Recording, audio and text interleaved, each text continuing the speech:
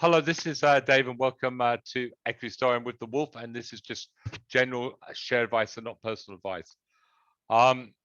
Wolfie, I apologize. My ironing of my shirt was a bit of a disaster. I never noticed you iron your shirts at all. Well, I do iron my shirts, but very, very badly. And my wife, she said to me this morning she's going to give me a lesson on ironing. So that's going to be my thrill for the weekend will be my ironing lesson, which a nice Christmas present from your wife. Yeah, well, after 25 years of marriage, you think she would have taught me ironing before, but anyway, say la vie. All right, Wolf. I just want to have a look at a few stories.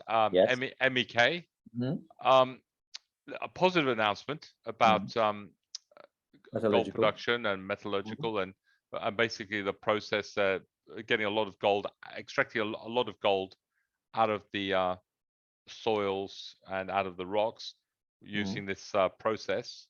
But it really let me quickly just explain why it's good. So extracting gold goes through certain processes, and to save costs, if you can do it the first stage, in other words, gravity extraction. So you put the rock or the ore into a gravity separation unit, like almost like one of those spinning whirlwinds, right? It spins around pretty quickly, and if the gold can be loosely separated from the rock, you'll get gold depositing and probably on the bottom of this whirlwind type machine, right? That's the best way to do it because there is no other things you got to put through. Gravity separation is the easiest and the cheapest form of getting the gold out. Now, it of course doesn't always work that way, right? So the more you can do that at the start, the better. So this is what this is all about this morning, is that the gravity separation works fairly well. I think average at about 50% separation, which is nice. Now, then also they're talking about that, you know, if you have to go obviously get the step further to separate gold using cyanide and so on, of course, the costs go up because you're going to start using more materials. Then, you know, you've got to store that material somewhere, so that's costs go up. But still, overall, low use of other materials. And at the end of the day, if they extract the gold, I think it ends up getting about 90% out of it. And that's a fantastic metallurgical results, right? I think they said 98%. 98%. Yeah, 98% overall recovery of gold, which is good, which basically means there's no wastage, right? That's the beauty about it. And that's why, in a bigger scheme of things, that little part of metallurgical processing fits in beautifully in having lower costs when you come up to your studies. And they're talking about the studies for St. Anne, and this is where the metallurgical studies were coming from. They're going to have out that's happening, I think, in mid 2023, so around the June-July time. Thanks, Wolf. That's exactly what I was going to say before you were rudely interrupted. Sorry, I just thought I could explain it. No, it's all right. Go for it. But you've explained it better than me, Wolf. Because I would have just said, oh, it just gets better. It's better. Yeah, it does. Yeah. Okay. Maybe you should have explained it. It would have been much quicker. Been a lot more fun, that's for sure. Agree. So BMT, tell me. Yes. So yes. Good little jump up. I actually put these on eyesight because I thought, hello, what's going on here? But you thought the announcement, you weren't that crazy about it. It's a win and a not winner for me. You know, the thing is, there's definitely a big positive having a big player like Abbott in your corner, having a partnership and selling your product. That's a big plus, right? That's a big win. On the other hand, we've seen that it doesn't always translate to huge wins, right? Because then you're reliant on a third party to sell your products. You know, depending how aligned they are, and of course, they've got thousands of products. It's very exclusive as well. So we've seen companies, Dave, that have got these partnerships and it doesn't go as well as everyone thinks it will, the sales. So, you know, normally when you've got your own products, you are much better at selling your own stuff than someone else does for you, right? That's just the nature of things. That's how it's done. So there's a win and it's a not win for me. I just want to see how it actually all translates and what sort of wins Abbott can get for BMT. So for me, jury's out. Nice announcement, no doubt, but I want to see that translate now into sales. All right. You can see that last week it had a big jump on the news. Obviously, the insiders were buying, expecting that the market's going to absolutely love this news. And it is up again today, 6.45%. But Wolf, really to trend it, you'd want to see something. I think to trend this story, you just want to see it do a little bit more, wouldn't you? You want to see it at least swing, have a stronger candle, especially in this market at the moment. I don't think it's really quite. I think if this was a contract win with a monetary value to it, would be probably much better for the actual share price than a signing of Abbott partnership. And look, like I said, while it's good in a way, it doesn't give you that, okay, what does it mean in sales? And we won't know until they actually start selling. Wolf, Mineral Resources buying NWE. I mean, in all fairness, the company's been on a lovely trend for quite a while. So it must be hitting some boxes and arguably an interesting acquisition. Yeah, look, the thing is with NWE, Mineral Resources already had 90% of it. So I think the expectations were that they're going to come in for the other 80% of it. And they have. And that's why I think the share price is sort of reflecting that.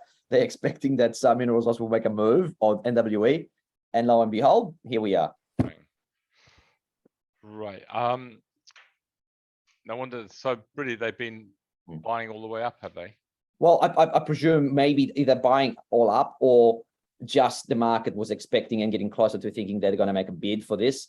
And maybe there's some progress as well from NWE in progressing their projects and so on. I don't follow the story, but it seems to me like a pretty, I suppose, expecting type movements out of this. If you've got someone holding 20% of your shares, you'd think that with time they're either going to buy your company out or do something else, some sort of other strategic, maybe swap or something. Well, so they had what, 20% before? Yeah. Okay, I thought you said 90%. I thought 19. Sorry, it was 19 something. 19. Yeah, sorry. Yeah. Okay, excellent. Thanks, Wolfie, for that. Elders, interesting. You know what? Yeah, so let's go to FN Arena. There is. They've held above that $10, which I think we spoke about as maybe at the end of the week that last line of defense if someone was in this stock, right? What are the major brokers saying about it? All right, so the background is, of course, they had that result, which was pretty good, but there's probably two problems with that result. Well, maybe not with the result, but actually with that announcement. So one of them was the change of CEO without announcing a replacement, right? Which probably was the main driver. The second one was everyone was expecting now for the growth to slow down, right? So that's the reason why it went from $13 to $10. That's a significant drop. However, I think that it's been overplayed for me. I think it's been way oversold because I still think there's going to be growth in 2023 and beyond. And of course, they're going to have to name the CEO. That's probably the crucial bit. But Elders from Macquarie. So they're saying, we're still happy with how things are going at Elders. We're still expecting probably about 10% growth out of Elders. This is Macquarie. And they're reiterating the outperform, which I know is a buy, leaving the price target of theirs at $14.35, Dave. I mean, that's still 40% above where it is at the moment. So the Macquarie is fairly bullish still on Elders. And when you look at the numbers, right, when you look at the numbers of what the forecasts are from Macquarie, you've got a company that's trading on 11 times PE with with a yield of about 5%. And then, you've got a company that potentially could be a very good dividend payer with a low PE over the next couple, 2 or 3 years, if you think there's going to be slowdown and it's going to be a fairly steady type performance, right? Well, definitely, Wolf. Obviously, we couldn't look on this on a weekly chart, but I could sort of argue the case on a monthly. If you had that long-term point of view, it's really hugging that trend line on the monthly. It did it before back in 2019. I could argue if you're looking for a dividend stock, 5%. That's fully grossed up. It's a little bit more than that, correct? I believe so, yeah. And I think if we can just limp towards that February, or when they're actually releasing the results, if we can limp towards the next update from Elders, right, give us some sort of a clue where they're up to, that will help enormously to see where the share prices were going to go. And I still expect them to come up with a decent result where it's going to alleviate some of the nervousness from the market. Okay, so I'm still holder of Elders as a dividend play. But my question: would you buy it? You probably would if you've got the long-term view, right? You'd probably be buying this, and so I think it's about 7% gross up. Correct. Let me just double check that.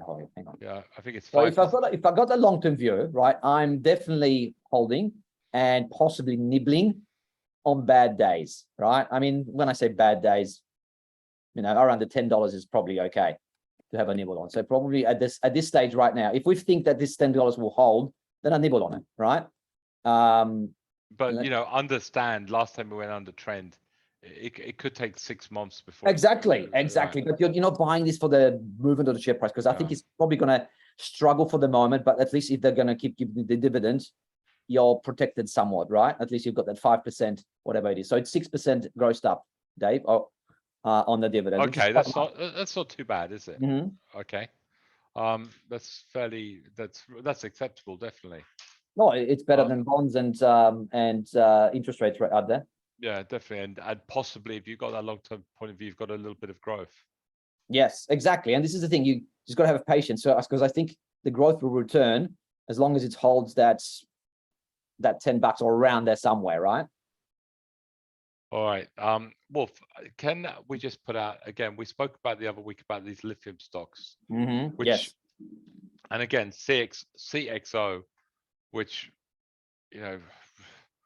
if you didn't get out of it last week, I mean, you just got to sell it. And if I look at something like INR, very similar sort of story in the time frame, isn't it? CXO again, broken trend, looks like it's going lower.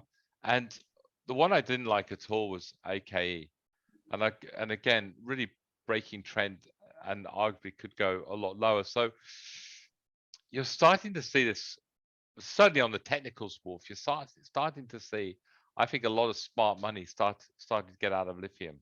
Absolutely. I think this is your final call, really, isn't it? I mean, if you don't get out now, you might get caught on a real downtrend now for a few weeks or months. So just be careful. I think we're going to give you plenty of warnings. And like I said, if it doesn't happen, great, but at least you can always get back in if it's turn up again.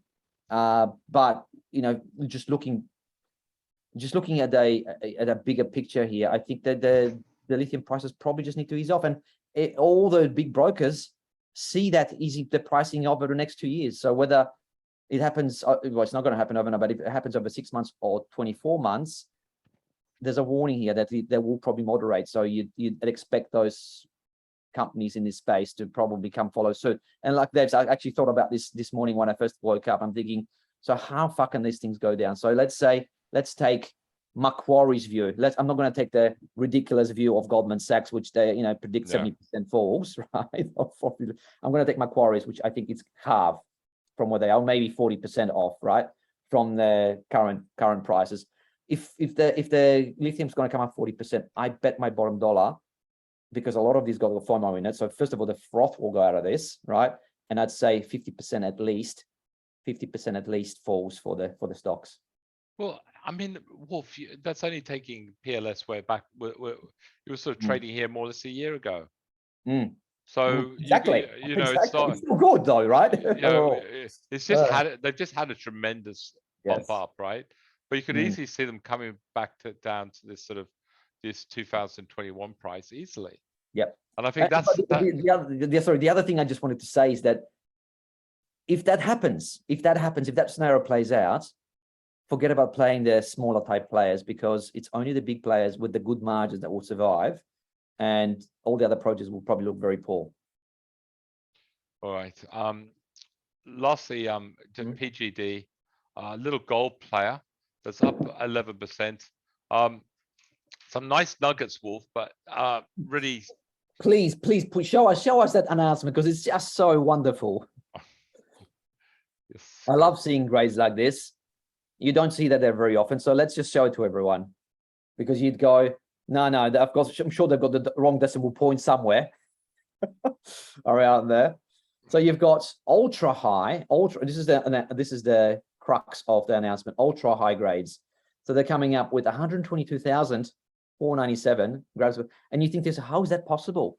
How can you get grades like this? You know, we're sort of cheering 12 grams per ton or 20 grams per ton, you know.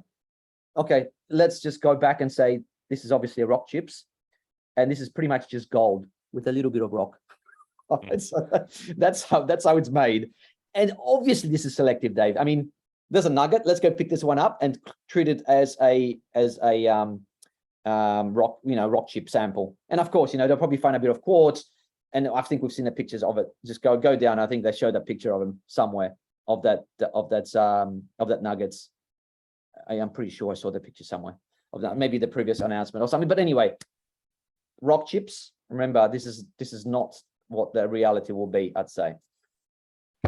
Yeah, and again, just sort of really, you've got to be so careful reading these announcements, haven't you, when they come out? It's like you look at the headline numbers, and I can see it now. It's up what 11%, and really, I suppose mums and dads don't know really what they're buying into. Or No, and as you can see, that's why there's fluctuations. There's probably smart money left out on about 70 cents, and all the, unfortunately, probably the amateurs were buying at 70 cents, and now they're stuck at 54. So I don't look. It's interesting. Like I said, it obviously needed to do way more work. Normally, I'd get more excited about discovering some sort of a system than a couple of nuggets. Wolf, I just want to end up on the market. There's you know, a little bit of negativity in the news at the moment. I wouldn't really be too negative. I think it's very normal, to be honest. You know, we've had a tremendous run. You know, all the issues, what everyone's worried about, inflation and interest rates, and, you know, market going into recession. I mean, that's been the story really for last year. I think a normal price action, we've had a normal move up. I think we're coming down for trend, and I wouldn't be surprised if we're going to be higher by the end of January. So, yeah, the market's coming off a little bit, but you know, I'm not panicking really till we break trend. And yeah, absolutely, I agree with you. This is normal, and actually quite good to see a bit of profit taking, a bit of a you know, a bit of ease of the market, because it was just crazy how it really jumped quite significantly. And like I said, for me, just overall, when you think about it, the market's was cheering the, you know, maybe some sort of signs of inflation peaking, right? And that's nice, but then markets now focusing on that. What does that mean?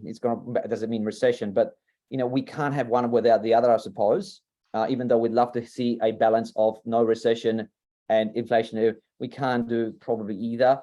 However, I think the inflation is more important than, you know, a bit of short-term pain, but that's the markets for you. And like I said, I agree with you completely. I think this is quite healthy as long as it stops around that 2.5, I think, and bounces back off. Thanks, Wolfie. I just want to say as well, some stocks worth having a look at. Yeah. I think, Rick, if you can end up maybe do a little bit more by the end of trade today, and coal, we're talking about coal having the last hurrah. Really, I saw coal was up again overnight, or holding around that 400. Maybe it could be a long hurrah. Could be a long hurrah. But Wolf, look at that. New Hope coal. Why would you buy that? I mean, exactly. If it ends a week like that, it looks very good indeed. On that note, Wolfie, I'd like to thank you very much. Now we are live at 12 o'clock. Join us. Be there or be square. But seriously, guys, please use Ask the Analyst Live. It's so important that if you're in stocks, you want to know what to do, we can tell you. We'll say sell it, hold it, sell it, hold it, buy it, whatever. This is what we're here to do. We're here to work as hard as we can for you, and hopefully make you money. Now, if you want to do that, you need to join us on Ask the Analyst Live. All right, thanks, Wolfie. See you, mate. Bye. See you soon.